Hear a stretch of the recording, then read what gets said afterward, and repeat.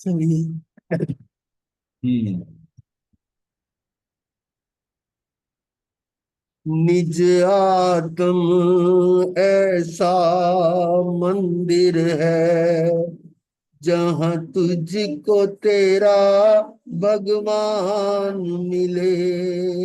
निज आत्म ऐसा मंदिर है जहाँ तुझको तेरा भगवान मिले। उसमें ही नित्य विहार तू कर जहाँ पूर्ण तुझे विश्राम मिले। निज आत्म ऐसा मंदिर है जहाँ तुझको तेरा भगवान मिले। तू मोह की मदिरा पी पी कर, तू मोह की मदिरा पी पी कर भव वन में भटकता आया। निज रूप पिछाने बिना प्रभु भव भ्रमण का अंत न आया है। निज आत्म की नगरी में ही तुझे रत्न त्रय की खान मिले। निज आत्म ऐसा मंदिर है जहाँ तुझको तेरा, जहाँ मुझको मेरा भगवान मिले। तन धन और जन की ममता में, तन धन और जन की ममता में क्यों मूड हुआ भव खोता है। इनकी ममता में मर मर कर क्यों बीज पाप के बोता है। निज रूप संभारो हे चेतन जहाँ तुझको सम्यक ज्ञान मिले। निज आत्म ऐसा मंदिर है जहाँ तुझको तेरा, तुम उदासीन होकर जग में एक घड़ी विचार करो मन में। तुम उदासीन होकर जग में एक घड़ी विचार करो मन में। परिपूर्ण तत्व निर्मल ज्ञायक है विराज रहा है इस तन में। उसमें विहार नित करने से अज्ञान जनित सब मान गले। निज आत्म मंदिर है जहाँ मुझको मेरा भगवान मिले। पाया जो अब पुनीत अवसर यह हाथ से कभी न खो देना। पाया जो अब पुनीत अवसर यह हाथ से कभी न खो देना। मर पच कर भी भोंदू भाई तुम सम्यक दर्शन पा लेना।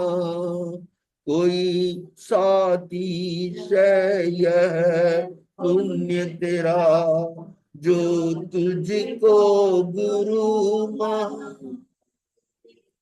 निज आत्म ऐसा मंदिर है जहाँ तुझको तेरा भगवान मिले, जहाँ मुझको मेरा भगवान मिले।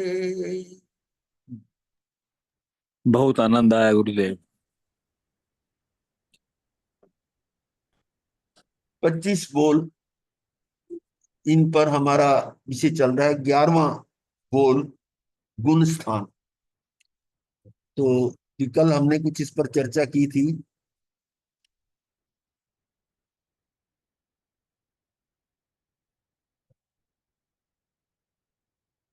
आध्यात्मिक विकास की ये 14 श्रेणियां हैं जिनको नाम दिया गया गुण स्थान। और ये कल बताया था, मिथ्यात्व, अविरति, प्रमाद, कषाय और योग, ये 5 मुख्य कारण हैं कर्म बंध के।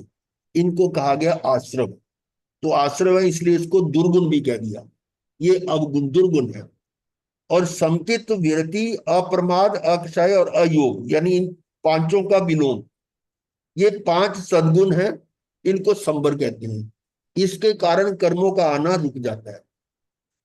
तो अब गुण स्थानों में क्या होता है कि जैसे जैसे गुण स्थान ऊपर बढ़ते जाते हैं, ये दुर्गुण घटते जाते हैं और सद्गुण बढ़ते जाते हैं।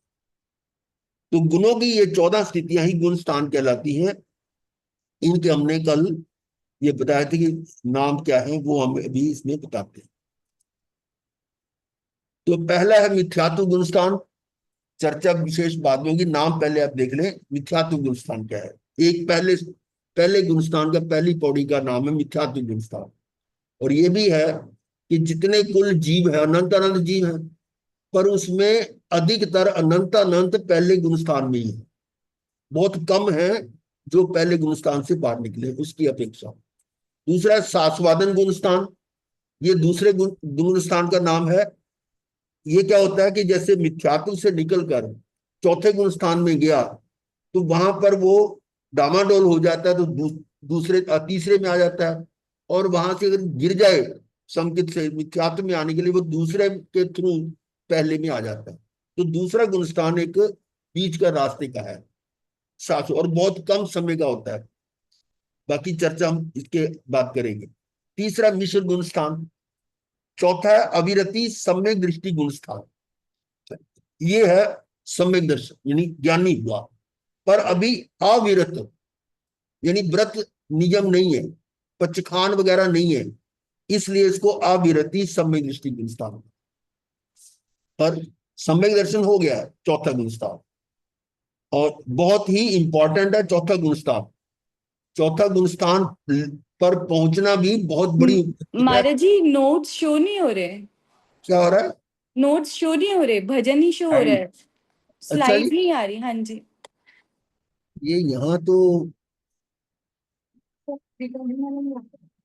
मेरे में तो भजन की स्लाइड आ रही है। हमारे वो टेक्स्ट नहीं आ रहा, एक मिनट इसको दोबारा कर। भजन नहीं आ रहे हैं जी, टेक्स्ट नहीं आ रहा हमारे जी, टेक्स्ट नहीं आ रहा है। टेक्स्ट नहीं आ रहा, अभी देखता हूँ। अब आ रहा है? हाँ जी, अब आ रहा है अब आ रहा है हमारे। आ गया जी, आ गया। अब दोबारा किया, ठीक है। तो ये बताया जा रहा था मिथ्यात्व गुणस्थान, सास्वादन गुणस्थान, मिश्र गुणस्थान, अविरति सम्यक दृष्टि गुणस्थान, चौथा गुणस्थान। और पांचवा है देश विरति श्रावक गुणस्थान, यानी अविरत था, व्रत पचकार नहीं थे, तो कुछ। महाराज जी शुरू से बता दोगे प्लीज मिथ्यात्व का। हाँ जी, हाँ, तो सिर्फ नाम ही बताए जा रहे हैं। अच्छा जी, अच्छा जी, हाँ, ठीक यही है। से शुरुआत किया, फिर नाम ही सिर्फ बता रहे, बाकी इसकी डिटेल हम करेंगे। तो पहले गुणस्थान का नाम है मिथ्यात्व गुणस्थान, दूसरे का नाम है सास्वादन गुणस्थान, तीसरा मिश्र गुणस्थान, चौथा अविरत सम्यक दृष्टि गुणस्थान, पांचवा देश विरति, यानी यहाँ पर अविरत था पहले चौथे गुणस्थान पे, यहाँ उसने व्रत लिए पर पूर्ण नहीं, आंशिक, इसलिए इसको कहते हैं देश विरति, जिसको हम श्रावक कहते हैं। और छठा है सर्वविरति, यानी पूरा पचकान कर लिया, तो ये इसको साधु गुणस्थान कहते हैं। प्रमाद शब्द जो आया है वो कुछ अलग अपेक्षा से है। प्रमाद का और अप्रमाद का जो निश्चय में जो अर्थ है वो ये है कि जिस समय ये जीव पर में है, यानी अपने स्वभाव में नहीं है, पर को अपना जान रहा है या पर में ही रमन कर रहा है, तो वो प्रमादी है। और जब वो पर से हटकर स्वयं में रमन करता है तो वो अप्रमादी। तो यहाँ छठा गुणस्थान जो है प्रमादी उस हिसाब से कहा है। बाकी प्रमाद का ये मतलब नहीं कि आलस में पड़ा सोता रहता है और ये जैसे नशे में रहता है, वो नहीं है, वो प्रमाद नहीं है।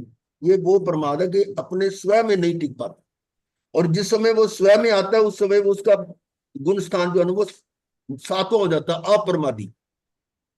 तो ये साधु जो है ना, जब साधु बनता है तो उस समय वो अप्रमाद अवस्था में होता है। तो पहले सातवें गुण स्थान में आता है, यानी चौथे से आए या कहीं से भी आए, वो सीधा पहले सातवें गुण स्थान पर आता है, पर वहां अधिक देर रुक नहीं सकता, तो उसका जो स्वयं में ज्यादा टिकना नहीं होता, तो पर में आ जाता है, तो इसलिए वो प्रमादी हो गया, छठे में आ गया। पर छठे में वो रुकना नहीं चाहता ज्यादा, तो फिर वो सातवें में आता है, सातवें फिर छठे, इसी तरह से ये उसमें मिलता रहता।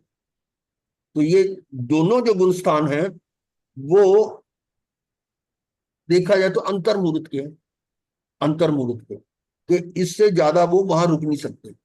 सातवां गुण स्थान है, उसमें अगर मुहूर्त पूरा कर ले तो केवल ज्ञान है, लेकिन आज के समय में इतना है नहीं। और छठे में मुहूर्त से ज्यादा रुक नहीं सकता, या तो वो सातवें में जाएगा, अगर मुहूर्त पूरा हो जाता है तो वो सातवें में नहीं जा रहा तो वो नीचे गिरेगा, तो वो पहले में भी आ सकता है।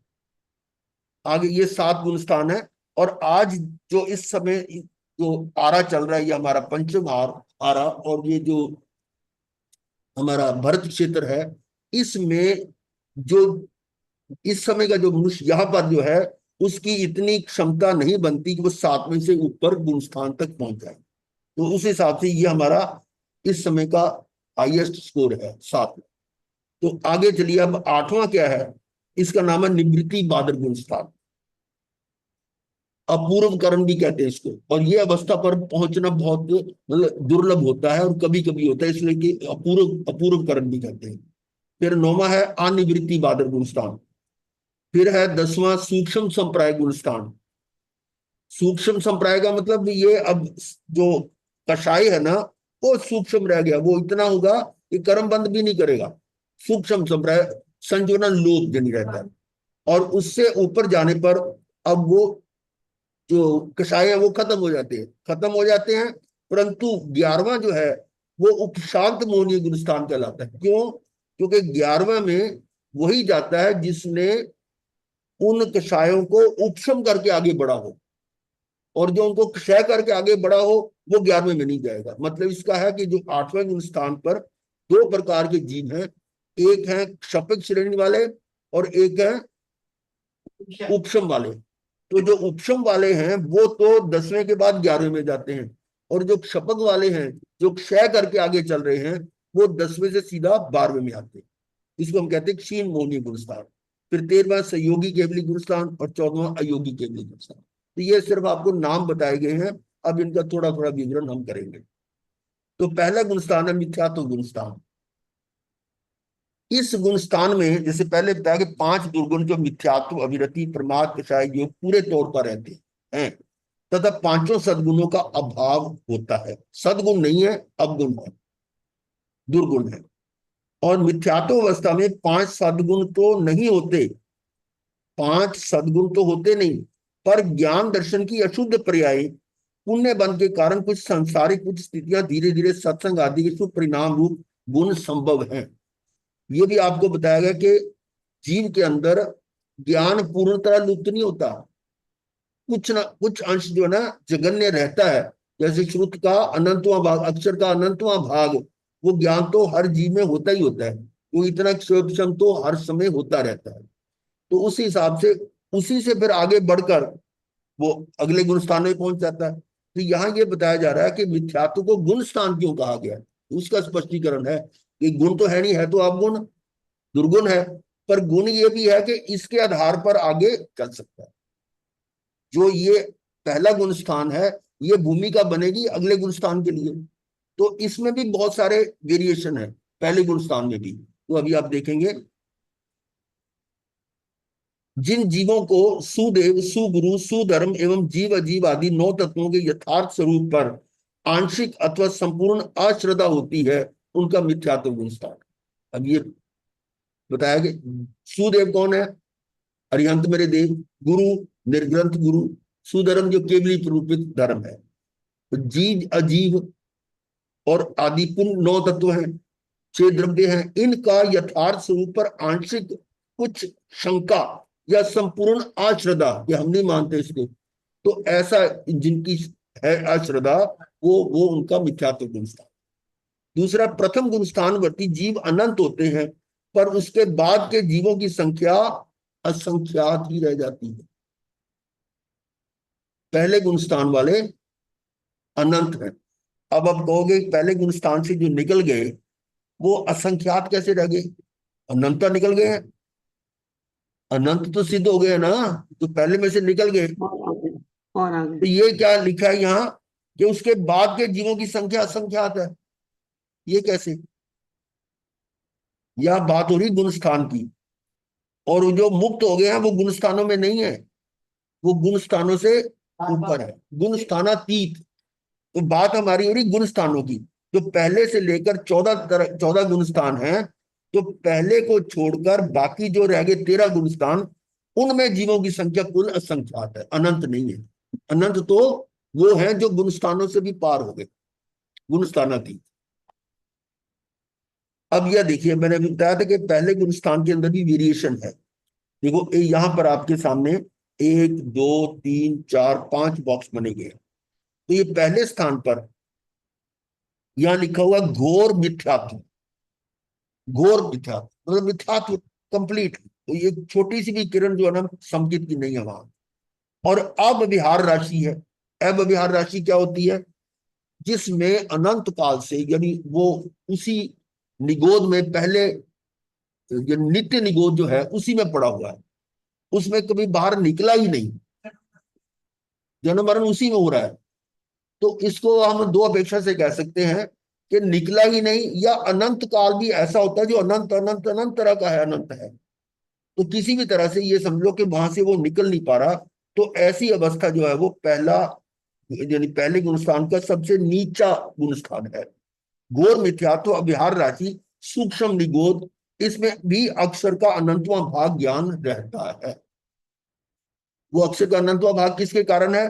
कि जो जीव है इसके अंदर तो ज्ञान तो पूरा है, अनंत ज्ञान, अनंत दर्शन, अनंत सुख, अनंत हर जीव में है, परंतु इसके ऊपर हमारे कर्मों का जो आवरण है वो लगा हुआ है।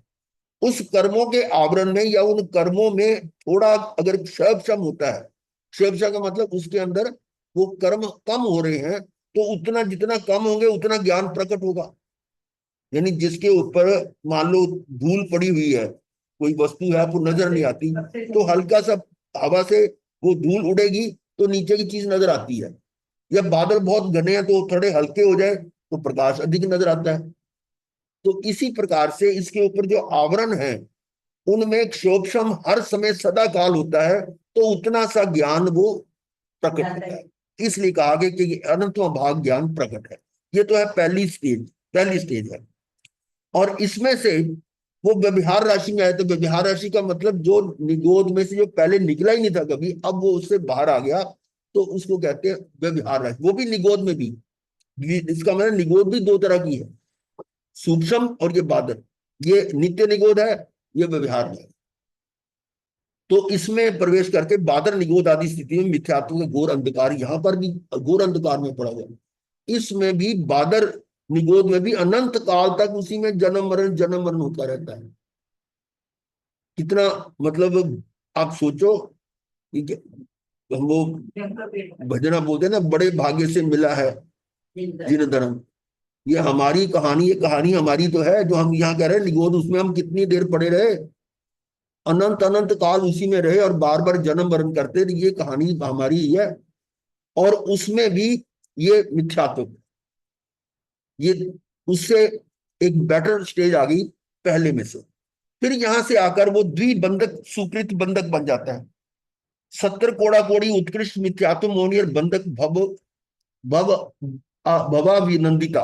अब इसमें शब्द आता है द्विबंधक। इसको समझने के लिए यहां मैं थोड़ा पहले बता दूं आपको चार्ट। आप भी लेना चाहे तो आप ले, आपके सब्जेक्ट में से लिया हुआ है, ठीक चलो देख लो। ये घाती कर्मों में मंद से तीव्र अनुभाव वाले 4 तरह के स्पर्धक हैं। ये आपने सुना होगा पहले प्रवचन में इनके निषेक वगैरह का जहां वर्णन आ रहा है ना, स्पर्धकों का, उसमें है था। तो घाती कर्म है, घाती कर्म तो पता है, ज्ञानावर्णीय, दर्शनावर्णीय और मोहनीय, अंतराय, ये है। इनमें मंद से तीव्र अनुभाव वाले, अनुभाव का मतलब होता है उसकी कर्मों की तर्क इंटेंसिटी, कि उसके कर्मों में कितनी ज्यादा मंदता है या तीव्रता है, मंद या तीव्रता का है। उसको बताने के लिए चार प्रकार के स्पर्धक, उनके नाम रखे गए हैं। हाँ, इसलिए मैं पहले ही कह रहा था। ये पहले तो समझें कि जो निषेक होते हैं ना, वही निकाल दी निषेक वाला। हैं? नहीं, निषेक जो होते हैं, उस निषेक से समझना होता है कि जो निषेक मतलब होता है कि एक समय में कितने कर्म आएंगे। हमने जाना था कि अबाधा काल होता है कर्म का। अबाधा काल क्योंकि पहले उसकी कर्म जो स्थिति बंद होती है उसको हम कहते हैं लक्षणा स्थिति। लक्षणा स्थिति क्या होती है कि उसको इतने समय तक कर्म को बंधे रहना, फिर उसमें से अबाधा काल निकाल देते हैं। तो अनुभव योग की कौन सी स्थिति होगी उसकी अबाधा काल निकालने के बाद। अबाधा काल कितना होता है कि अगर कर्म एक कोड़ा कोड़ी का हो तो 100 वर्ष का। तो हमने देखा था कि 30 कोड़ा कोड़ी अगर ज्ञानावर्णी कर्म उत्कृष्ट बन जाए तो अबाधा काल की उत्कृष्ट स्थिति कितनी होगी, 3000 वर्ष। हम कहते हैं एक कोड़ा कोड़ी बंधा, तो एक कोड़ा कोड़ी का अबाधा काल क्या होगा, 100 होगा अबाधा काल का। वो अबाधा काल क्यों है कि निषेक बन रहे। निषेक मतलब वो प्रोग्राम बन रहा है कि ये कर्म इतना बांधा एक समय में, लेकिन जब वो उदय में आएंगे तो बहुत समय में आएंगे। क्योंकि जो पीरियड अगर उसने जितना भी बांधा है कर्म है, वो बाधा काल के बाद शुरू हो सकता है अपने मतलब सिस्टम के अनुसार। उसके कुछ निषेक इसमें आए। जितना अगर बांधा 5000 है तो हो सकता है उदय में जाए वो 500 पहले आए, फिर 400, 300, ऐसे करते करते काफी दूर तक चलेगा, कई समय तक बंधा, जो एक समय का बंधा हुआ कर्म। लेकिन निषेक कैसे बनेगा कि उसके जो कर्म के उदय में अविभाग प्रतिच्छेद रसाणु जो है, मतलब इसका इसके कितना सुख और दुख देंगे, उसी हिसाब से वो सारों का एक निषेक बन जाता है। किसी कर्म का 10%, किसी का कुछ 5%, किसी का 20%, वो सारा मिलाकर इस समय जो उदय में आने वाला है वो एक निषेक, वो एक निषेक। तो उसको हम लेते हैं कि वो एक निषेक है, तो उसको हॉरिजॉन्टल लाइन ले लेते हैं। जैसे इस समय में एक निषेक, जो पहला निषेक आया, प्रथम निषेक, वो कर्म इतना है, एक लाइन आती, ठीक है। उसके बाद में दूसरे समय में जो निषेक आएगा, अब उसकी संख्या कुछ और होगी, वो उसके ऊपर आ जाएगा। तीसरे समय, चौथे समय, ऐसे निषेक। इसमें इन निषेकों में क्या होता है कि उसके रसाणु कितने हैं, अविभाग प्रतिच्छेद कहते हैं, कि उसमें कितना उसको सुख या दुख मिलना है, उसके हिसाब से। अब जब ये करते करते मान लिया शुरू में जो हुआ वो 20 की संख्या से, कि अविभाग प्रतिशत 20 है, जैसे वो 40 हुआ, दुगना हुआ, ये दूसरा स्पर्धक चालू हो जाए। ये जो स्पर्धक, 4 स्पर्धक ये है ना, मतलब ये है कि इसमें अनंत अनंत, मतलब एक एक समय के अंदर निषेक आए जा रहे हैं कर्मों के।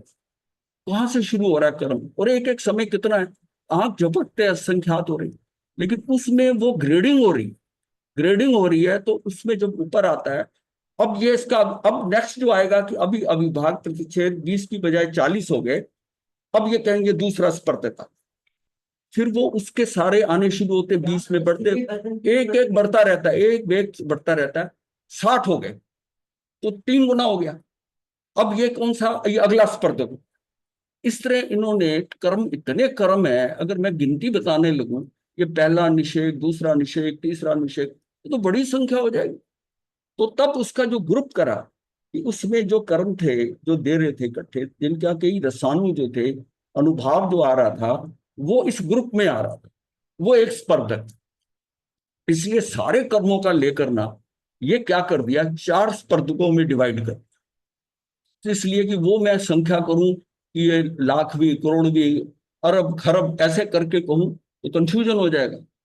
अब यह हुआ कि घाती कर्मों को मंद से तीव्र अनुभाव, वो जो निषेक आ रहे हैं एक एक करके स्पर्धक ऊपर आ रहे हैं, तो 4 स्पर्धक डिवाइड कर, टोटल 4। 4 में क्या हुआ कि सबसे जो हल्के नरम वाले हैं वो है लता भाव। लता की बेल होती है ना, बेल कितनी नरम होती है, लता का भाग। दूसरे में क्या है, ये दारू भाग। दारू का मतलब होता है काष्ठ, लकड़ी, लकड़ी, लकड़ी का है काष्ठ, मतलब काष्ठ का मतलब ये थोड़ी उससे कठिन होगी, थोड़ी लता से ज्यादा होगी। फिर अस्थि, अस्थि का मतलब हड्डियां, ये हड्डी जो होती है और स्ट्रांग हो जाती है लकड़ी से, तो अत्यधिक है। और शैल भाग मतलब शिला, ये शिला की तरह कर्म बनेगा स्पर्तक। तो ये हमारी कैटेगरी हो गई कि जिस जो कर्म हमारा चतुस्थानगत बंद हो रहा है उसमें चारों कैटेगरी बन रही, उस कर्म में चारों कैटेगरी बन रही। अब ये हो गया कि मेरी आत्मा में कुछ निर्मलता आ गई, उसमें शैल भाग वाला नहीं बनेगा, क्योंकि वो मेरी, मैं अब थोड़ा उससे नीचे आ गया। जो मेरी हार्डनेस मतलब एक सर्वाधिक जो थी, अब वो मेरी आत्मा का वो लेवल रहा ही नहीं, मेरी आत्मा का वो लेवल नहीं रहा। तो अब त्रिस्थानगत बनेगा, तो फिर लता का बढ़ेगा, लकड़ी का बढ़ेगा, काष्ठ का बढ़ेगा और अस्थि का बढ़ेगा, और शैल भाग नहीं बढ़ेगा। फिर द्विस्थानगत कैसा होगा कि लता का भाग बढ़ेगा और दारू का, लकड़ी का होगा। जब द्विस्थानगत होता है तो ये कर्म जो होता है हल्का होता है, उसमें क्या होता है, वेरिएशन है, नरम भी है, उससे हल्का सा कठिन भी है। इसका मतलब उसको खत्म करने में ज्यादा जोर नहीं लगे। ये हमारी सबसे अच्छी स्थिति होती है कि द्विस्थानगत जो है ना, अब मेरे जो है एक वाला अगली होता ही नहीं, है एक वाला नहीं होता। क्या, एक नहीं होता, एक नहीं होता। तो उसका जो है ना वो वहां जाके बनती, क्योंकि एक ही वैरायटी का कर्म नहीं रहेगा, उसमें भी तरतमता तो रहेगी, कुछ ना कुछ कर्म की। ऐसा तो नहीं एक टाइप का। तो वो उसमें क्या है कि ये हमारा क्या है, ये घाती कर्मों की बात हो रही थी। घाती कर्मों में कर्म जो बनेंगे घाती, वो लता की तरह बनेंगे, काष्ठ की तरह बनेंगे। लता की है, काष्ठ की है, फिर अस्थि के अनुसार बनेंगे भैया। अब उसको तोड़ने में उतनी मुश्किल होती है। लता वाले कर्म जो है और काष्ठ वाले कर्म बड़ी जल्दी हैंडल हो जाते हैं। लेकिन अगर तभी मैं कहता था ना कि चतुस्थानगत बना है और मेरी आत्मा की निर्मलता बढ़ गई अंदर। अब वो है ना त्रिस्थान वाले, चतुस्थान वाले, वो आगे नहीं आएंगे,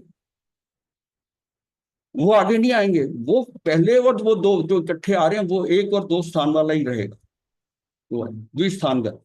तो वो दोनों कर्म हमारे सामने आते हैं और जो बड़ी जल्दी हैंडल हो जाते हैं। हमको एक्चुअली हिलाता कौन सा है, जब शिला वाला कर्म आता है। घाती कर्म के अंदर ना, यानी पत्थर की तरह का स्ट्रॉन्ग कर्म आ जाता है, विचलित हो जाएगा। अस्थि वाला आएगा तब भी विचलित होने के चांस है, बाकी में इतना विचलित नहीं होगा।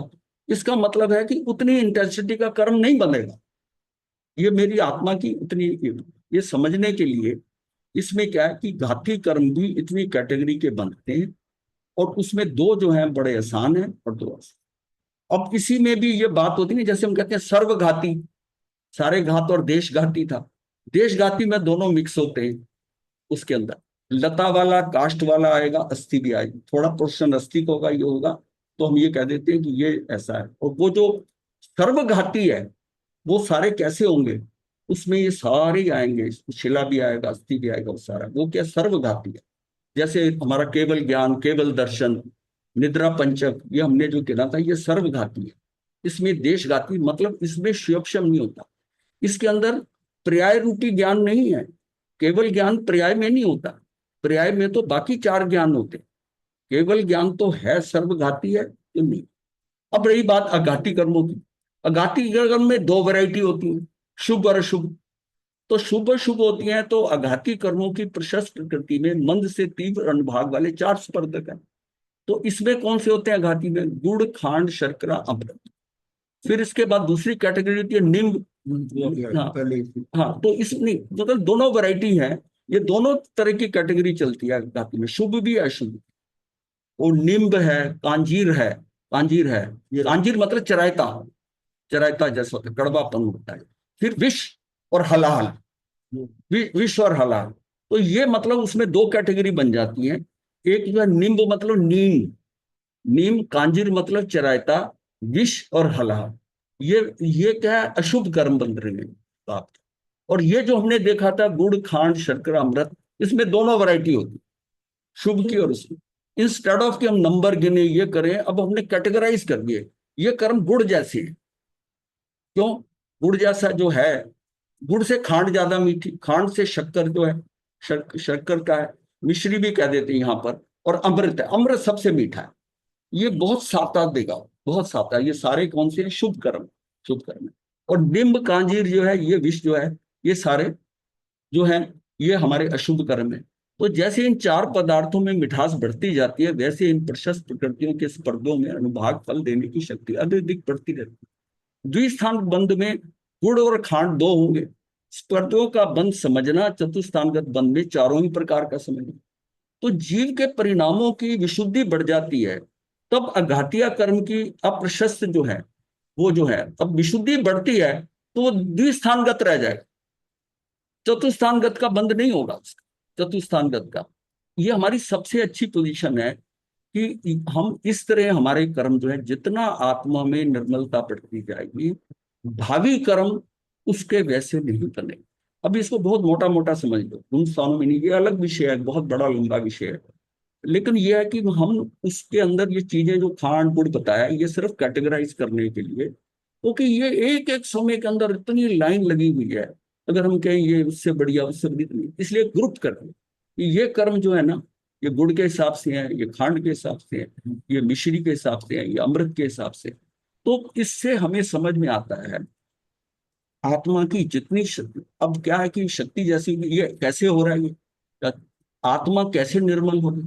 अब जो है कर्म का, जो कर्मों का ऊपर आवरण आया हुआ है, उसकी सघनता कम होती जा रही। ये बिल्कुल वैसे ही है कि हल्के बादल सूर्य के आगे हैं कि गहरे बादल हैं, कि जब नीचे बिल्कुल लगता है कि हल्की सी रोशनी रह गई, पता नहीं सूर्य है कि नहीं, और कई बार तो दिन के टाइम भी अंधेरा नजर आता है। इसका मतलब बादल की सघनता है, सघनता। इसी तरह इन कर्मों की ये जो ऐसे बंधते हैं, उसमें उसकी उतनी सघनता जो होगी, उतनी उसकी आत्मा का जो है प्रकाश, जो है आत्मा की स्थिति उतनी नहीं होगी, और उसमें कर्म आपके ज्यादा से ज्यादा जो है अप्रशस्त बनेगा। जितनी जितनी आत्मा निर्मल तो होती जाएगी, जैसे हम कहते हैं कि सहज हो जाएगी, सहज होगी तो वो उतना ही कर्मों की ये ग्रेडिंग जो है ना, वो नीचे वाली बनेगी, और वो बड़ी इजीली हैंडल हो जाती, उसमें अपने को ज्यादा हिलना नहीं पड़ता। तो ये से इससे होता है कि हम अपने आप को किस तरह संभालें कि हमारी चतुष्टांगत कर्म का बंधन, उसके लिए बहुत तीव्रता चाहिए, कषाय की तीव्रता चाहिए। तो ये कैसे होता है कि हमने जाना था कि दर्शन मोहनीय कर्म है, दर्शन मोहनीय कर्म काफी स्थूल है, जो हमारा विवेक नहीं जागृत हुआ, एक्चुअल में वो विवेक जागृत नहीं होता, और उसमें तब होता है, आस्था नहीं आ रही कि उसमें सघनता आ गई।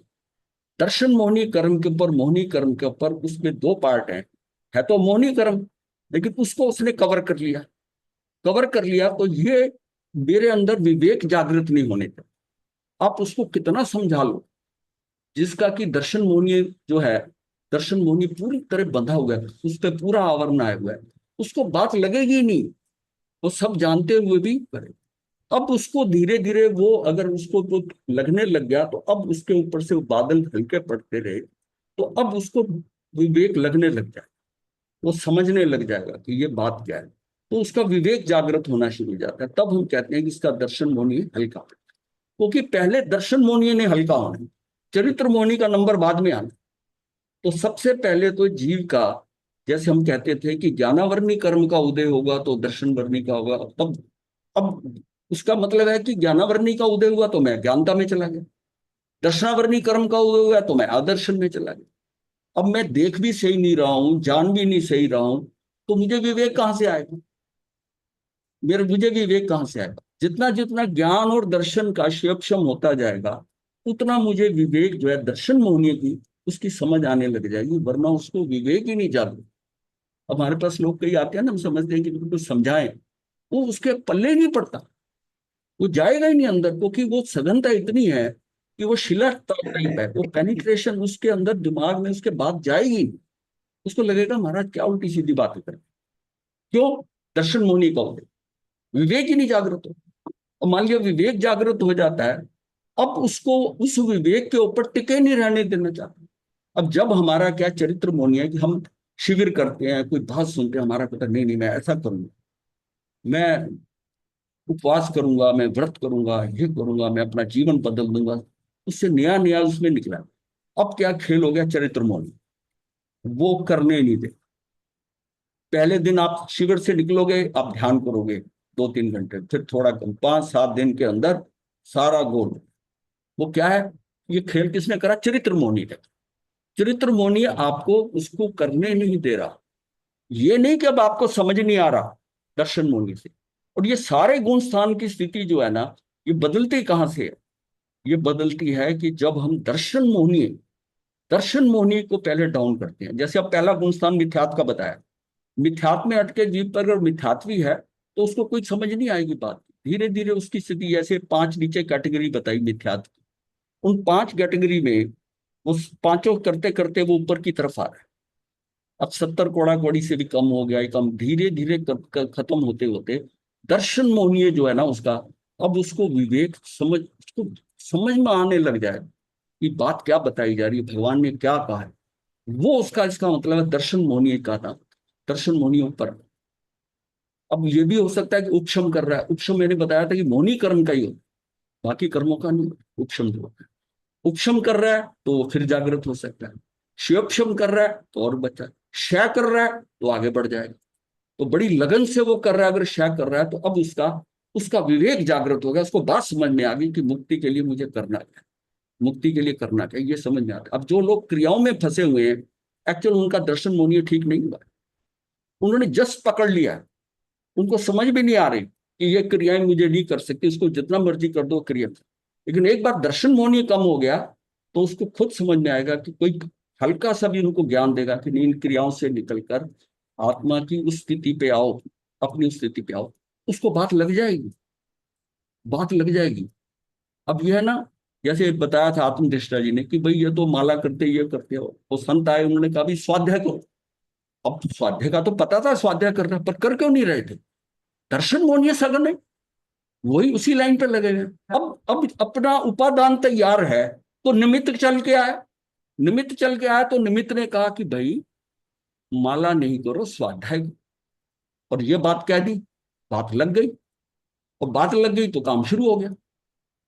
ये बात लगना ही इटसेल्फ है कि दर्शन मोहनीय थोड़ा कम हुआ हो गया था। अब धीरे धीरे जब स्वाध्याय करता है, करते करते फिर आगे बढ़ता है, फिर ध्यान शिविर करता है, फिर चरित्र मोहनी पे भी फर्क पड़ता है। तो ये सारा खेल मोहनी कर्म का है। सारे व्यक्ति की जो आगे की उन्नति है, जो ये गुणस्थान का अपग्रेडिंग हो रही है, ये सारा क्या है? ये मोहनी कर्म का खेल है। और शुरुआत कहां से हो रही है? दर्शन मोहनीय से। तो दर्शन मोहनीय पहले अंदर से निकलेगा, दर्शन मोहनीय से चीजें समझ आएंगी, वास्तविकता समझ में आएगी, भगवान क्या कह रहे हैं और मुझे क्या करना है, ये पक्का होता जाएगा। फिर होगा, फिर उसका होगा कि उसको इस तरह समझ आ जाएगा कि अनंतानुबंधी कषाय की चौकड़ी टूट जाए कि ये तो मुझे नहीं कर। अभी 3 चौकड़ियां पड़ी हैं, और वहीं उसको चौथा गुण स्थान मिलता है। और चौथे पे अभी स्थिति पक्की नहीं हुई है, मिल तो गया चौथा, लेकिन अब उसमें कर्मों की धुलाई शुरू होती है। अब वहां से एकदम कोई क्रोध आ गया या कुछ ऐसा आ गया, अनंत अनुबंधी उसने उपशम किया था, वो उदय में आ गया, वहां से सीधा गिरेगा सम्यक दर्शन छूते हुए, दूसरे गुण स्थान से नीचे आ गया। दूसरा गुण स्थान जो है वो गिरने का ही है, ऊपर चढ़ने का नहीं। वो गिरेगा वहां से और पहले पे आ जाएगा, और ये बहुत कम समय का होता है, 6 आवले का। अगर उसका थोड़ा और समय मिल गया उसको सम्यक दर्शन में, उपशम के अंदर धुलाई चालू हो गई, मिश्र से गिरता है। मिथ्यात्व वाला जो पूरा सघनता से था वो तो खत्म हो गए, लेकिन अध धुले जो थे ना, वो अभी जागृत है, और वहां अनंतानुबंधी उसका कषाय आ गया। तो वो मिक्सचर है, मिक्स है, कुछ धुला हुआ कुछ नहीं, वो तीसरे गुण स्थान पे जाएगा। वो मिश्र गुण स्थान इसलिए कहा है, इसके कारण मिश्र है। और तीसरा गुण स्थान होता है वो आने जाने के लिए, तीसरे गुण स्थान पे संभला नहीं तो वो भी पहले पे जाएगा, और तीसरे गुण स्थान में जाकर वहां भी अंतर मुहूर्त मिलता है, और जो कुछ उसके जो अर्ध धुले थे वो धुल गए, वापस लौट आएगा चौथे पे। हाँ है, उसको उसका सम्यक दर्शन शायद शमिक चल क्यों, अब वो पूर्ण जो स्वच्छ है ना, वो कर्म उदय में आए तो उसको क्या हो जाएगा, शिवक्षम का सम्यक दर्शन चालू हो जाएगा, जबकि उसके सम्यक्त दर्शन मोहनीय। तो सारा ये गुण स्थान के अंदर जो ये सारे स्टेप्स है ना, ये पहला गुण स्थान अभी 5 कैटेगरी बताया, दूसरा स्वादन का ये ऊपर से गिरने का है, तीसरे में दोनों स्टेजेस है, चौथे से तीसरे पे भी जा रहा है, तीसरे से वापस चौथे पे भी जा रहा है, तीसरे गुण स्थान का।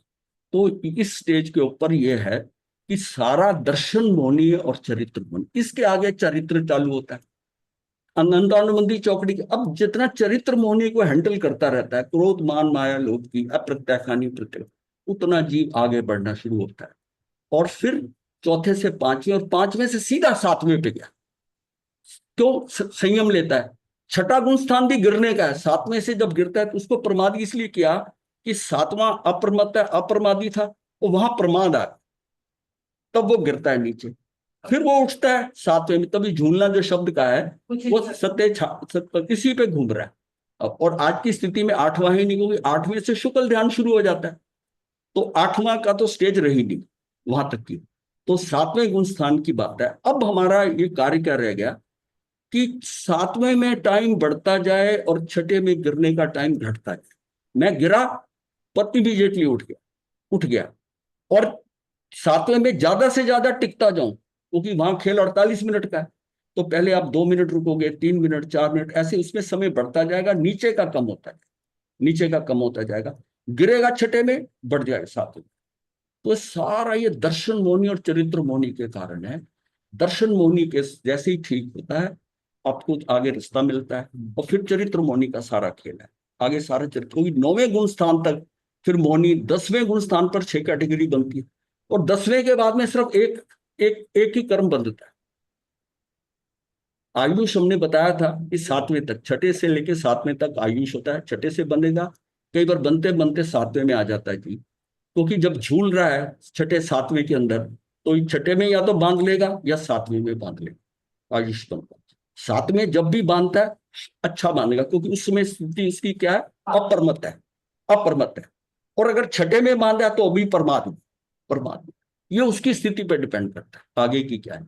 छठे 7वें में झूलते हुए ये सारा खेल यही है। तो दर्शन मोहनी, इसको सबसे ज्यादा समझना है, शुरुआत यहीं से होगी। तो दर्शन मोहनी पहले जाएगा, चरित्र मोहनी जब ठीक होगा उसमें अनंतानुबंधी कषाय की चौकड़ी टूटेगी, सम्यक दर्शन होगा, चौथे गुण स्थान पे जाएगा, और उसके आगे फिर वो बढ़ना शुरू होगा, फिर खेल सारा चरित्र मोहनी का रहेगा। मथेन वंदामी गुरुदेव। गुरुदेव हाँ जी। एक मथेन वंदामी गुरुदेव। गुरुदेव हाँ। जैसे आपने ये सारी चीजें अच्छे से समझाई, जो एक तो अंतर मुहूर्त वाली बात नहीं समझ आती, एक कृपा करेंगे कि हम जीवों की अपेक्षा से थोड़ा सा समझाएंगे कि जैसे हम मान लो चौथे गुण स्थान में है या 5वें में है, तो हम वहां से कैसे गिरते हैं, फिर वापस जाते हैं कि नहीं जाते वहां तक? ये अभी कृपा। ऐसा है, अभी ये आगे आ जाएंगे। अभी आप स्टेप बाय स्टेप, आपको ये तो महाराज जी ने ना एकदम आपको बढ़ा दिया, गुण स्थानों के ऊपर ले गए। अभी पहले की बात करो। हाँ, गुरुदेव तभी खुशी हुई ना, उन्होंने आगे पहुंचाया तो एकदम खुशी वो हुई। चाहे ना, पहले अपनी अपनी पोजीशन देखो ना, कहाँ पर हम हैं, वो तो देखना ना। ये मथेन देखो ना, मिथ्यात्व मथेन वंदामी स्थान की ये गुरुदेव। कक्षा है, हम कहाँ से निकल कर आए हैं, पहले उसको समझ लें, फिर बाकी की अभी तो एक एक स्टेप पर हम चलेंगे, हम डिटेल में जाएंगे, ठीक है डायग्राम की गुरुदेव, दिखाएंगे। ठीक है पर गुरुदेव। इसमें आप ये मथेन बता रहे थे ना कि मथेन मिथ्यात्व गुण स्थान की कितनी कक्षाएं हैं, कितने उनके स्थान हैं। यहाँ हमने देखा कि पहला तो घोर मिथ्यात्व था, जहां नित्य निगोध, उसमें से निकल ही नहीं पाए, वो अव्यवहार राशि थी। फिर दूसरी क्लास में आ गए, व्यवहार राशि में आ गए, ये यहाँ भी अनंत काल लगा। उससे निकल के फिर तीसरे स्थान पर आ गए, जो द्विबंधक, जिसको आपने समझा अभी, ये 2 द्विबंधक रह गए, चतुर्बंधक की जगह द्विबंधक रह गया, मतलब कर्म हल्के हो गए कुछ। और इसमें अभी भी प्रॉब्लम क्या है, 70 कोड़ा कोड़ी मिथ्यात्व पड़ा हुआ, महामोनीय कर्म, महामोनीय कर्म जो है ना, उसके कारण हमें ज्ञान होने नहीं देता वो। मतलब जो आप सुन रहे हैं ना, ये जग जिसको, जो महामोनी जिसका है, वो ये सुन नहीं सकता, ये आगम वाणी, भगवान की वाणी को सुन ही नहीं सकता। ये जो 70 है ना, दर्शन मोहनी के कारण है। हाँ, ये खत्म होते ही 40 रह जाता है। चरित्र मोहनी के अंदर 40 है सिर्फ, उसकी उत्कृष्ट स्थिति 40 कोड़ा कोड़ी है। और 70 कोड़ा कोड़ी का मतलब है कि जब दर्शन मोहनी पूरा है तब होता है 70 कोड़ा। और 40 में भी अनंतानुबंधी कषाय की चौकड़ी तोड़ ली, तो आप ये समझो फिर बराबर हो गए सारे, ज्ञानावर्णी दर्शनावर्णी आ चरित्र मोहनी। तो 70 कोड़ा कोड़ी को ये समझने के लिए ये आपको इसलिए बताया कि खेल सारा मथेन चौथे तक है, और चौथे से दूसरा मथेन तीसरा, ये सारा जो है ना, ये अगर पूरा नहीं समझाएंगे ना, खंड खंड बताएंगे ना, आप उसको पूरा कैच नहीं कर पाओ। ये ज्यादा नहीं है, चौथे के आकर चौथे से दूसरे से गिरना, तीसरे से गिरना, पहले से उठना, ये सारा एक ही बार में समझ में आए। और अच्छा, अगर क्या एक और भी बात है, ज्यादा इसलिए बताया कि वो लय में अभी बता रहा हूं, बार बार बीच में ऐड करने से अच्छा है कि एक बार आप समझ लो कि कि ये चौथे तक का खेल क्या है। चौथे का खेल समझ में आ गया तो पांचवा, छठा, सातवां ये भी समझ में आ गया। समझ में आ अब जाएगा। 7 से ऊपर है नहीं अब, तो आपको तो सारा समझना है कि पहले से निकलना है और कैसे जाना है। पहले से सीधा चौथे पे जाओगे, दूसरा तीसरा वापस रिटर्निंग पे है। तो इसलिए चौथा बताना जरूरी होता है कि पहले से जैसे ही उठोगे आप, पहले दर्शन मोहनीय खत्म होगा, अनंतानुबंधी कषाय की चौकड़ी टूटेगी, सीधा पहले से चौथा, पहले से चौथा, फिर वहां से एकदम गिर गए, जल्दी गिर गए 2 से, थोड़ी देर बाद में गिरे 3 से, 3 से आगे, फिर संभले 3 से, तो चौथे पे फिर वापस। खेल सारा रहेगा कि चौथे पे टिकना है और फिर आगे अपना चलेगा। तो इसको ऐसे एज ए टोटल ग्रुप में समझोगे तो समझ आएगा। ठीक है, चलिए। चलिए ये मथिन हम वंदामी मथिन गुरुदेव, वंदामी, मथिन वंदामी गुरुदेव, मथिन मथिन वंदामी जी, वंदा- गुरु जी। हाँ हाँ जी हाँ गुरु जी, एक बोलिए। बात जैसे अभी जैसे आपने कहा कि छठे जो साधु होता है, पहले छठे में वो छठा उसका गुण स्थान है, फिर सातवें में, शुरू में सातवें में रहता है। तो मेरे दीक्षा ख्याल में लेते हैं जो 7वें में, हाँ जी, हाँ जी। उसके बाद में क्योंकि दीक्षा लेते हैं। उसके भाव मेरे ख्याल में इतने इतने ज्यादा परवान चढ़े होते हैं कि हाँ, मैं दीक्षा ले रहा हूँ, बहुत उच्च उत्कृष्ट भावों से दीक्षा लेता है, हाँ तो इसलिए शायद सातों में रहता है वो। आप फिर उसकी शक्ल भावों देखिए, की, जिस समय हाँ वो जी, दीक्षा ले रहा है ना, आप उसके हाँ जी, उसके मुंडन से पहले उसका चेहरा देखिए, और 7वें हाँ में जी, जब हाँ मुंडन और वेश परिवर्तन करके आकर बैठे, कभी आपने दीक्षा देखी हो, नहीं देखी तो जरूर हाँ देखना। अब उसका हाँ जी, देखते हाँ हुए जी, चेहरा देखिए, कितना दीप्तिमान हो रहा है, कितना ऐसा हाँ नजर आ जी, रहा है, और थोड़ी देर बाद वो नॉर्मलाइज हो जाएगा। वो हाँ उसको जी, क्या भाव आता है, हाँ दीक्षा का सारा वो खत्म हो गया, ये है बस ये। हाँ, और वहां से मतलब ना वो भावों, हाँ, भावों का परिवर्तन तब भावों लगा। में हाँ, भावों में परिवर्तन आ जाते हैं, इसलिए वो छठे छठे सातवें में इसलिए झूठता रहता है। और गुरु जी आपने एक और बात कही, वो जो कर्म होते हैं वो आते हैं, जैसे पहला दूसरा, मतलब जैसे वो आपने उनका एग्जाम्पल दिया। तो गुरु जी जैसे मुझे मैं जैसे वो जैसे ना ये लॉट जैसे इकट्ठे आ जाते हैं, जब कर्म उदय में आते हैं तो हाँ, लॉट में, जैसे एक एक बुरे थोड़ी आता है, में तभी तो ये जो इकट्ठे आपको आ लॉट ही रहे तो बताए हैं, ये 4 जो लॉट स्पर्धक बताए हैं। हैं, हाँ ये लॉट रूप तभी बताए हैं। हाँ जी, आपने एक एक कर्म एक हाँ एक जी, समय हाँ का ऐसा नहीं बताया जा सकता। तो जो ये हाँ उपमा जी, देके जो बताया गया है, ये उस स्पर्धकों से उसको लॉट के हिसाब से बताया गया है कि उसमें हाँ कर्म जी, अनंत अनंत एक हाँ बार में उदय में आते हैं, बंधते भी अनंत अनंत बंधते हैं। ये तो सारा खेल ही बहुत ज्यादा हाँ। हो गया। तो मतलब जैसे जो बुरे कर्म उदय में आते, तो बुरे कर्म उदय में आते जाते मैंने खुद महसूस किया गुरु जी, ऐसा सही होता है। और गुरु जी एक चीज कल से मेरे मन में बहुत ज्यादा चल रही है। आपने कल कहा था कि मिथ्यात्व को तोड़ना है, तोड़ना है, तोड़ना है, और इसके लिए आत्मचिंतन करें। तो गुरु जी जैसे मैं स्माय करती हूँ, माला पाठ करती हूँ, गुरु भक्ति करती हूँ, प्रभु भक्ति करती हूँ, और बहुत मन से करती हूँ, लेकिन गुरु जी क्योंकि ये शुरुआत, जैसे आप जैसे संत हमें कम मिले मिले हैं, लेकिन ऐसा है कि इस तरह इस रास्ते पे चलाने वाले से आप जब मिले तो अभी चिंतन इतना गहरा हुआ नहीं गुरु जी। तो मैं सोचती हूँ कि जैसे जब तक वो चिंतन में परिपक्वता नहीं आती, तब तक वो वाला हमारा जो है सिस्टम जो चल रहा है कि प्रभु भक्ति और ये सब चल रहा है, तो वो भी चलता रहे, और इस तरफ रुझान भी हमारा बढ़ता रहे। उस तरफ बढ़ा बढ़ा के धीरे धीरे जब पूरा बढ़ जाए, फिर उस चीज को छोड़ा जाए। हो क्योंकि जाएगा। ऐसा ना हो कि, हाँ जी, कि अभी ऐसा अभी ना हो आपने आप कि, कितनी क्लासेस अटेंड की अभी तक? हाँ जी, मैंने जी, हाँ, हाँ जी, हाँ, कौन सी कितनी क्लासेस क्लासेस गुरु जी? हैं? ये आपकी वाली वाली, हमको। आपकी वाली गुरु जी, हाँ, हाँ, आपकी वाली गुरु जी, आपकी वाली तो मीति महाराज साहब की प्रेरणा से मुझे पहली बार लिंक मिला है, मुझे नहीं पता हाँ, था तो ये गुरु जी। 1-2 महीना हुआ है ना। हाँ जी, हाँ, तो यहाँ तो इसमें वो जो तो क्लास में उन्होंने, बैठे हैं वो 3-3 साल वाले बैठे हैं, देखो। हाँ वही तो हाँ, हमारा, वही तो गुरु हाँ, जी ये बात तीन है ना, तीन मैं साल वही वाले सोच ये रही जो अभी हूँ। कर रहे हैं ना, ये हम 2-2 3-3 बार करा चुके हैं। आप अभी आए हो ना, हाँ जी, थोड़ा सा हाँ सब्र। जी, हाँ हाँ, इतनी जल्दी नहीं मचाइए, थोड़ा सब्र कीजिए। हाँ इसमें वो भी बैठे हैं जिनको 3 साल से ज्यादा हो गया, करीब 850 हाँ से जी। तो क्लासेस हुई है यहाँ पर। तो उसको तो वहां गुरु जी पर मैं जो है, जैसे, हाँ, अभी आप थोड़ा सब्र से ग्रहण करते जाइए, स्थिति आएगी, तेजी नहीं करिए। अच्छा, चलिए। अच्छा जी, हाँ मेरा जी, साहब, ठीक है। अभी आपने व्यवहार राशि का शब्द बोला था, तो हाँ जैसे हाँ। जीव एक बार अव्यवहार राशि में हम्म। हाँ हाँ। अव्यवहार से निकल के व्यवहार में आ गया तो दोबारा अव्यवहार में नहीं जाएगा। रंजनी जी आप म्यूट हो गई हैं, आप चलो अनम्यूट कीजिए। ठीक है, हम आगे चल रहे हैं। ये पहला स्टेप था अव्यवहार राशि, दूसरा व्यवहार राशि, तीसरा है द्विबंधक जिसकी आपके डिटेल बताई गई है।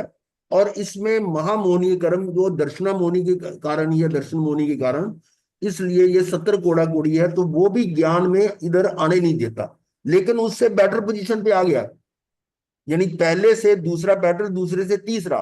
अब यहां से निकल कर वो चरमाव्रत में आ जाते। चरमाव्रत का मतलब जैसे सर्कल घूम रहा है घूम रहा है, अब उसमें से बाहर निकलने के जो अंतिम सर्कल आ गया ना, वो चरमाव्रत कहते हैं। उसमें आने से क्या, अब यहाँ पर उसकी लिमिट आ गई कि यहां से निकल के अब वो मोक्ष की तरफ जा सकता है। तो ये चौथा स्टेप आ गया चरमाव्रत में भव्य जीव का प्रवेश। द्विबंधक क्रमशः अनुप्रबंध पुनर्बंधक, दोबारा उस बंधकों में नहीं जाएगा, और इसका जो है ना दृष्टि कहाँ होगी कि मैं अपने मार्ग की तरफ चलूं। और इस स्टेप से आगे फिर ये और बढ़िया स्टेप आ गया, मार्गानुसारी हो जाता है। अब मार्गानुसारी क्या है, इसका आप देखेंगे कि उसके अंदर कुछ विशेषताएं आ जाती हैं, जैसे कि अब वो न्याय नीति से धन उपार्जन करूंगा, इस प्रकार के उनके अंदर सद्व्यवहार आ जाते हैं। अब देखिएगा यहाँ पर ये आ रहा है, कुछ गुण है मार्गानुसारी का। 35।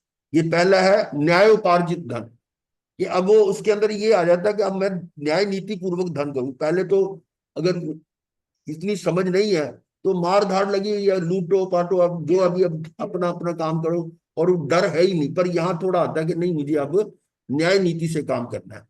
और ये इस तरह के ये 35 गुण हैं जो इसमें आ जाते हैं। इसमें उचित विवाह, शिष्ट, उचित विवाह का मतलब विवाह भी जो है वो ये नहीं कि किसी भी जाति किसी से भी कर लिया, वो शिष्ट प्रशंसा, शत्रुता त्याग, इंद्रिय जय, अनिष्ट स्थान त्याग, उचित ग्रह, और पाप भय, पाप भीरू होना, पाप से डरना, जिससे पहले पाप से डरते ही नहीं। तो देशाचार पालन, कुछ आचार का पालन आंशिक रूप से, लोकप्रियता, उचित व्यय, उचित व्यवहार, माता पिता पूजन, माता पिता की सेवा, सत्संग। अब ये पॉइंट आगे विशेष, सत्संग का मतलब है कि अब वो सदगुरुओं की उनकी संगत में रहेगा, सत्संग होगा, जैसे प्रवचन सुनना वगैरह। कृतज्ञता, अजीर्ण भोजन परहेज, ये खाने पीने में भी रखेगा। उचित आहार, ज्ञानी पूजा, निंदित कार्य नहीं, भरण पोषण, दीर्घ दृष्टता, धर्म श्रवण, ये मेन आ गया। अब धर्म श्रवण क्या है, आपको पहले ये सब बातें करवा चुके हैं कि अब आगे दोबारा में डिस्कस भी होंगी कि चौथे गुण स्थान से पहुंचने से पहले 5 लब्धियां मिलती हैं। वो 5 लब्धियां कहाँ मिलती हैं? 5 लब्धियां पूर्ण होने पर चौथे गुण स्थान पे आता है ना। इसका मतलब जब तक वो पूरी नहीं मिली तो कहां पर है वो? पहले भी है ना। आत्मा में। क्या मतलब जो क्षम लब्धि है या विशुद्धि लब्धि है या देशना लब्धि है, वो कहाँ मिलेगी? पहले गुण स्थान में मिलेगी ना। तो पहले गुण स्थान में ये उच्चतम स्थिति आ जाती है जब उसको देशना प्राप्त हुई। ये अभी हम पढ़ रहे हैं, आगम पढ़ रहे हैं, आगम वाणी पढ़ रहे हैं, तो ये भी देशना है। तो ये धर्म श्रवण, ये देशना कह लो, ये यहीं पर आती है, और ये आपके आगे बढ़ने की एक नींव है कि जहां से आप आगे अगले गुण स्थान में जा सकते हैं। तो इस तरह से ये धर्म श्रवण, दया पालना, बुद्धि, गुण विनय, दुराग्रह, त्याग, ज्ञान अर्जन, सेवा भक्ति, त्रिवर्ग स्थान, धर्म अर्थ काम, देश काल ज्ञान, बलाबल विचार, लोक यात्रा, परोपकार, प्रवीणता, लज्जा, सौम्यता, ये सारे गुण उसमें आ जाते हैं। तो इसका मतलब अब वो उस पहले गुण स्थान की उच्चतम स्थिति पर आ गए। तो ये पहले गुण स्थान की बात। तो जिन सम्यक दृष्टि जीवों का औपस्मिक समकित्व नष्ट हो गया है, एवं वे, अब ये बात आ रही थी यहाँ दूसरे गुण स्थान की। पहले गुण स्थान से निकले और अभी आपको बताया कि पहले से वो चौथे गुण स्थान में जाता है। तो चौथे में वो टिक नहीं पाता तो वो गिरता है। तो जिन सम्यक दृष्टि जीवन, चौथे गुण स्थान वाले जीवों का औपस्मिक समकित्व, औपस्मिक मतलब कुछ समय के लिए उपशम हुआ था, वो खत्म हो गया, और वे समकित से गिरकर अवश्य मिथ्यात्व को प्राप्त करने वाले हैं। वो गिरेंगे ही गिरेंगे। यहां तक के 11वां गुण स्थान से भी गिरता है। क्यों? उस समय वो उपशम स्थिति में है। अभी आप बताया ना, औपस्मिक एक वो है उपशम मोनी, उपशांत मोनी, और एक क्षीण मोनी। तो उपशांत मोनी में इसलिए जाता है कि वो जो संकेत प्रकट हुआ वो उपशम से हुआ, औपस्मिक, और उससे उन जीवों की औपस्मिक संकेत में मिथ्यात्व के मध्यवर्ती अवस्था को सास्वादन गुण। जब वो नीचे गिर रहा है तो वो जो स्थिति है उसकी, जैसे पेड़ से फल गिरता है, जमीन पर अभी पहुंचा नहीं है, तो बीच का जो रास्ता है ना, वो समझो शास्वादन है। अब उसमें स्वाद तो आ रहा है उसको सम्यक दर्शन का, और अभी मिथ्यात्व में गया नहीं है, पर इतना सा स्वाद है। जैसे वो खीर खाई और उल्टी कर दी, अब उसका हल्का सा स्वाद रहता है। तो ये जो है ना, ये सास्वादन है, उसका स्वाद इतना सा रहता है, और देखा जाए उस समय वो सम्यक दर्शन में है, जब तक मिथ्यात्व में नहीं गया। और क्या मत्स्यगंधा में थोड़ी देर गुरुदेव, के लिए सही, पर इस गुणस्थान में अज्ञान मत्स्यगंधा या में गुरुदेव, क्या कह रहे हैं?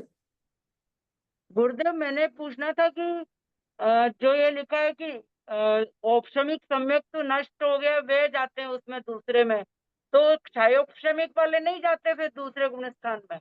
स्वयं कोई भी आ गुरुदेव, सकता है, जो गिरेगा ना, शिव से गिरेगा, वो भी इधर आ सकता है। अच्छा, गिरने का स्थान यही है। तो इस गुण स्थान में अज्ञान ज्ञान हो जाता है। ये इस शायद शब्द से ना ऐसा है, गिरेगा ना वो उपशम से ही गिरेगा। औपशमिक सम्यक दर्शन है। शायद शब्द मैंने बताया कब होगा, जब अर्ध धुले और पूर्णतः गंदे इन दोनों से निकलकर सम्यक्त मोनी आएगा, तो इसको शायद शब्द सम्यक दर्शन होगा। और इसकी सीमा 66 सागरोपम की है। 66 सागरोपम की है, मतलब गिरना जो होगा वो उपशम से ही होगा, उपशम से ही गिरेगा। अगर उसमें क्या है कि दूसरे, अगर उसी समय जैसे सम्यक दर्शन हुआ, उसको औपशमिक सम्यक दर्शन पहले होता है, औपशमिक सम्यक दर्शन हुआ तो उसके साथ ही उसको एकदम कुछ ना कुछ ऐसा निमित्त आया कि क्रोध आ गया, मतलब कषाय में से कोई अनंतानुबंधी की कोई आ गई, तो वो गिरेगा। गिरेगा तो सीधा नीचे जाएगा, दो से जाएगा, उसमें वापसी नहीं है। चौथे से 2 से जाएगा, नीचे 1 को टच करके मिथ्यात्व में चला जाएगा। लेकिन जो अर्ध धुले, जो कुछ और समय रुक गया, तब तक जो बिल्कुल गंदे थे वो खत्म हो गए, पर उसमें से कुछ आगे के जो है अध धुले रह गए बीच बीच में से। जैसे तो उसमें क्या होता है, ये जैसे सघनता होती है ना, और बीच बीच में से रोशनी आ रही है, मतलब बीच में से कुछ सफाई हो गई है, कपड़ा पूरा साफ जैसे नहीं हुआ। एक तो बिल्कुल गंदा था, उससे गिरा तो नीचे जाएगा। एक आधा साफ हो गया, आधा है, उससे 3 पे जाएगा। वो मिश्र स्थिति है, उससे 3 पे जाएगा। जब 3 पे जाएगा तो वहां से वापस भी आ सकता है और 3 से पहले में भी जा सकता है, ये अर्थ तक है। लेकिन अगर उसको साफ वाला जो है ना, वो उदय में आया, थोड़ा और रुक गया, उपशम सम्यक दर्शन के अंदर वो काफी समय, मतलब ये समझ लो 5 मिनट, 10 मिनट, 15 मिनट, ये ऐसा अगर इतना टाइम मिल गया, इतने देर में धुलाई हो गई कर्मों की। 3 हिस्से बटे, 3 हिस्से में एक बिल्कुल साफ हो गया, अर्ध वाला भी साफ हो गया, अब सारा साफ रह गया। वो है सम्यक दर्शन मोन, जो स्वच्छ है। उससे, उसमें जब गिरता है, उस पर जब हलन चलन होती है, तो सम्यक दर्शन नहीं जाता उसका। या तीसरे पे जाकर साफ होकर इतने समय में वापस आ गया, तब भी उसको शायद शमिक सम्यक दर्शन हो, और शायद सम्यक दर्शन हो गया, अब उसका वो चलेगा और अंत तक चलेगा, जब तक वो शायक नहीं हो जाता। इसलिए पहली 2 स्टेजेस में गिरता है। शायद शमिक सम्यक दर्शन हो गया तो वो उसको लेके चलेगा, आगे लेके चलेगा। गिरने, गुरुदेव तीसरे हाँ तीसरे जी, वाला भी दूसरे में से ही गिर के फिर पहले में जाता है, कि तीसरे वाला भी सीधा पहले में ही चला जाता है? नहीं नहीं, दूसरा नहीं आएगा ना, तीसरे वाला अच्छा, सीधा पहले में जाएगा, उसका रूट ही नहीं है ठीक। दूसरे से। दूसरा स्थान गिरने का ही है, चौथे से गिरा दूसरे पे, फर्स्ट। सब एक बात समझो, गिरने को ज्यादा मत सोचो, गिरने की बात ज्यादा क्यों सोचते हो? ये आप सोचो कि वो सम्यकदर्शी है, उसने छू लिया सम्यक दर्शन को, इसका मतलब उसका अर्ध पुद्गल परावर्तन से ज्यादा समय नहीं है, वो जीव भवी है। अब जिसने वो देख लिया उतनी स्टेज में, वो भवी हो गया, अब उसका ज्यादा समय नहीं रह गया। ये बात तो क्लियर हो गई। वो स्पर्श कर रहे ना भी छोटी बात नहीं है, छोटी बात नहीं है। और वहां तक पहुंचने के बाद ये दोनों चीजें क्लियर हो गई, अब वो आगे जब बढ़ता है, उसको फिर हो सकता है, होने के बाद में एक बार वो सम्यकदर्शी जीव हुआ, और ये हमारी साधना की यात्रा यहाँ से शुरू, इसको पता चल गया। अब उसके 3 भव भी हो सकते हैं, 5, 7, 8 भव हो सकते, 15 से ज्यादा भव नहीं करेगा, भव नहीं करेगा। वो लास्ट राउंड में चल रहा है। इसमें एक समझने की बात यह है कि जीव जो है वो अचर्मावत से चर्मावत में आए, अभी भी कृष्ण पक्षी है, मिथ्यात्वी है, उससे पहले उसका नंबर पहले होता है शुक्ल पक्षी योग। अभी भी मिथ्यात्व है, लेकिन कृष्ण पक्षी से शुक्ल पक्षी हो गया, मतलब ये अब आगे बढ़ रहा है, शुक्ल पक्षी जीव हो गया। और शुक्ल पक्षी जीव जो है उसका एक कोड़ा कोड़ी सागरत्व में सातों कर्म आ गए आयुष को छोड़कर, ये अब सम्यक दर्शन लेके ही जाए। और वो अर्धपुद्गल आधा राउंड रहता है, तब उसको सम्यक दर्शन होता है।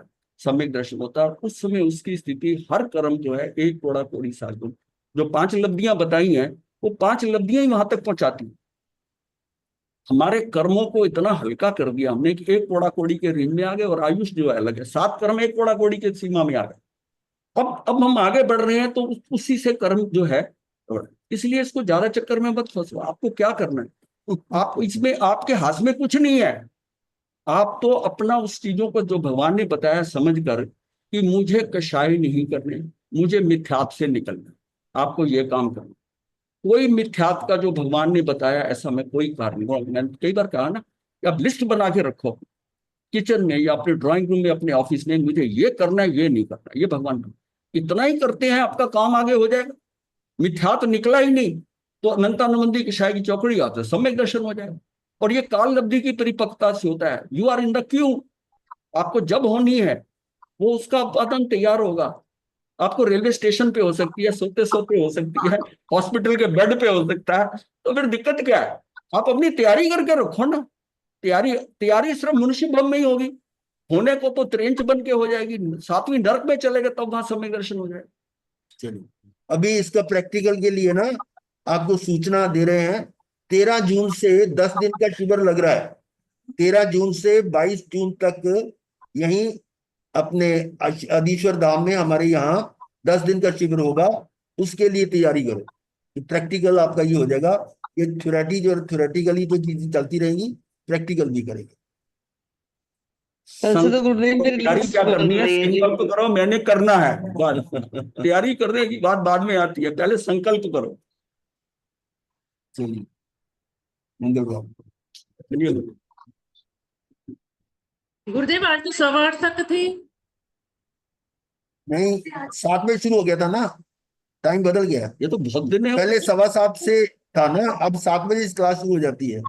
तो आज 8 बजे तक ही। 7 से 8 ही नहीं।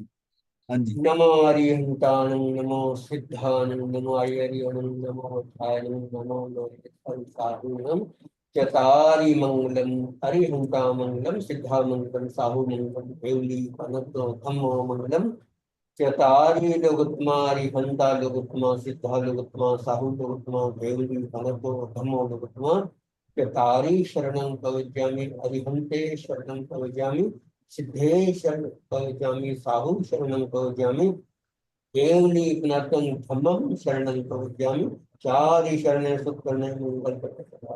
मुझे